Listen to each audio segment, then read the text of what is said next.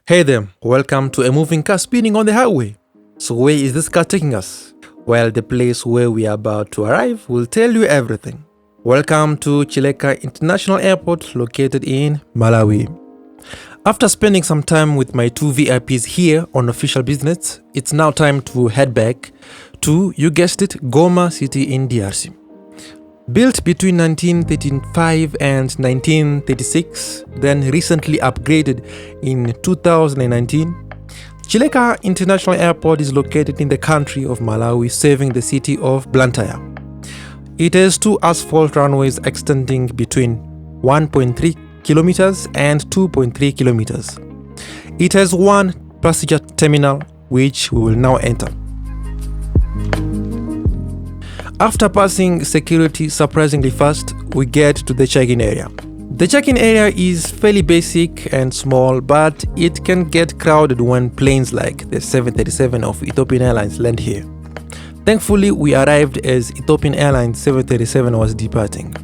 So how are we going to get ourselves back to Goma from here? From here in Malawi to Goma in DRC will take about 1,680 kilometers. But unfortunately no direct flight were available. So we had no choice but to take the long way. To get ourselves back to Goma in DRC, on this video, we will do the first flight of our trip back to Goma. It's currently 15:40 local time in the afternoon. The first flight will take us from here, Malawi, to Dar es Salaam in Tanzania on Malawi Airlines -8 Q400. Our departing time is 17:10 local time. We will take the opportunity to review Malawi Airlines and see their product on board their Q400. After a while, the check-in counter for our flight opened, and so we checked in on Malawi Airlines, code-sharing flight with Ethiopian Airlines as ET42. Ethiopian Airlines owns 49% of Malawi Airlines, so code-sharing is not unusual. After passing another security check at the second level of the terminal, we arrived to the waiting area at 16:10 local time, 1 hour from our departure time. So after sitting down, we waited and we waited and we waited and we waited and we waited and we waited. 1 hour later. By weird circumstances, the time that we were supposed to take off at 17:10 local time is the time that our aircraft finally arrived. I present to you Malawi Airlines -8 Q400. Originally built for Ethiopian Airlines in August of 2012 with a registration mark of Ecotengo Alpha Quebec Bravo, Malawi Airlines took control of it on January the 29th, 2014 from Ethiopian Airlines. So it was like a business gift from Ethiopian Airlines to Malawi Airlines. The -8 Q400 is a popular turboprop aircraft introduced in the year 2000, able to carry 70 to 78 passengers on short to medium-long flights. With the aircraft being 13 years old, it's middle-aged in aviation years standards. With it parking at stand Romeo 3, I knew it was finally time to go. 10 minutes later, behind schedule, we started boarding the aircraft. Sorry for my poor camera work, but there she is, the Q400. After getting on, we were met with darkness in the cabin. It seems the APU, which is the auxiliary power unit, was not working, or the captain wanted to save some fuel. In any case, it was dark and no air to breathe. So after boarding and with all the doors closed, increasing the heat in this cabin, thankfully after some minutes the engines were started. We started our taxi to Chileka's runway 28.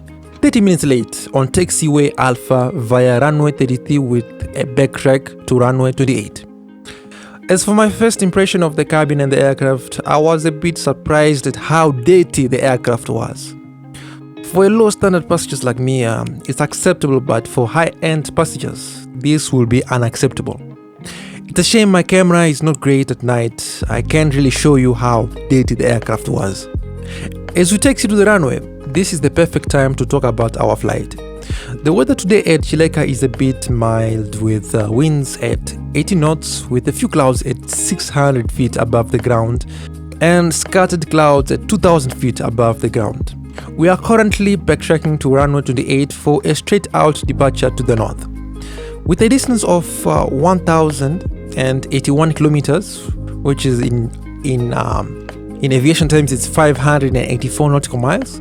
Our flight to Dar es Salaam will take us about 2 hours and 4 minutes, cruising at 20,000 feet at 300 knots, which is 556 kilometers per hour.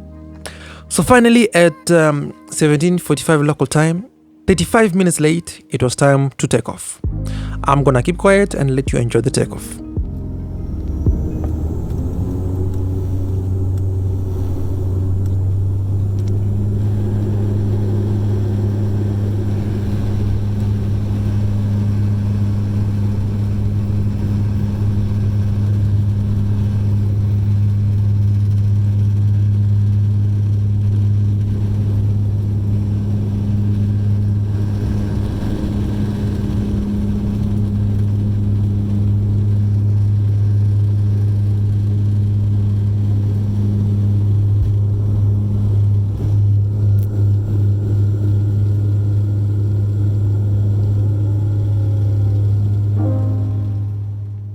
Welcome to the skies as we climb out to our cruising altitude. We flew through a lot of clouds and got some amazing shots. The thing about going through clouds that makes it worthwhile is the sight you get once you get out of the cloud, like at the top, like this sight, for example. Isn't that beautiful? With the clouds out of the way, we smoothly climbed to our cruising altitude. These earbuds advised that they had noise cancelling abilities, but after trying them out, I could still hear all the noise. After that disappointment, it was time to eat. Malawi Airlines provides in-flight meals, and I have to say, for a low-standard guy like me, it was not bad.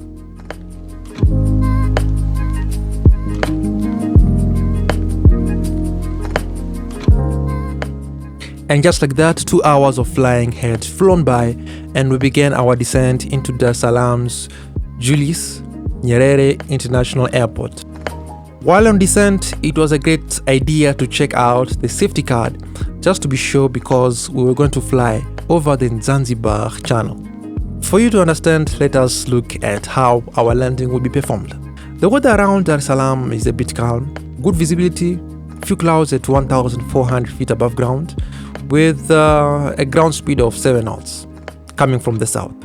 With the current weather, the pilots will land on runway 23.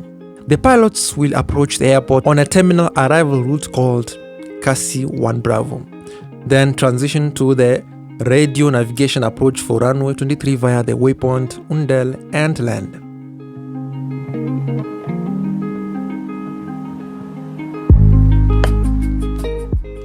After descending and reaching almost the end of the terminal arrival route, we were greeted with the beautiful night lights of Dar es Salaam.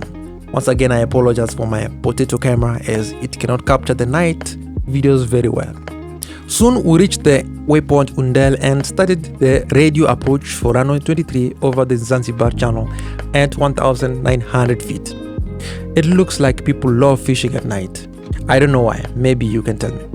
Soon we reached the center line of the runway and we began our descent to the runway. With flaps being lowered, it was time for the landing gears to come down as well. As we entered into the city, thanks to the lights, you can see how dirty and blurry the windows were.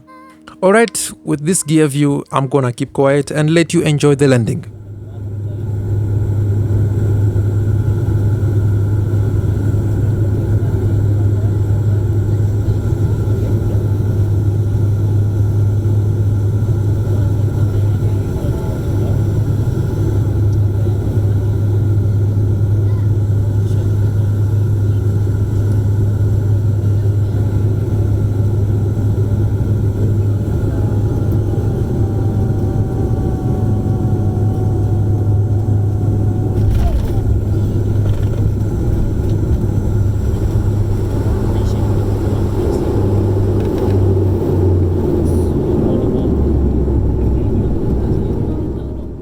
And welcome to Julius Nyerere International Airport in Dar es Salaam. Once again, sorry if I pronounced that name incorrectly. We arrived 40 minutes late and behind schedule. which is bad, but at the same time not bad if you compare to some other African airlines like Peace Airlines. We'll be parking at the new international terminal on stand Golf 1 Lima. Our taxi will be via taxiway Alpha, Papa, then Kilo. Anyways, enough aviation terminology. Welcome to Dar es Salaam. It's 21:00 local time and we finally touch Tanzanian soil. With this concludes our first flight to get us back to DRC. So what do I think about Malawi Airlines? I would give them an advice. Please clean your aircrafts, please. It was very dirty, very dirty. Anyways, don't forget to hit the subscribe button, like button and notification button so that you don't miss the next flight. Take care, bye.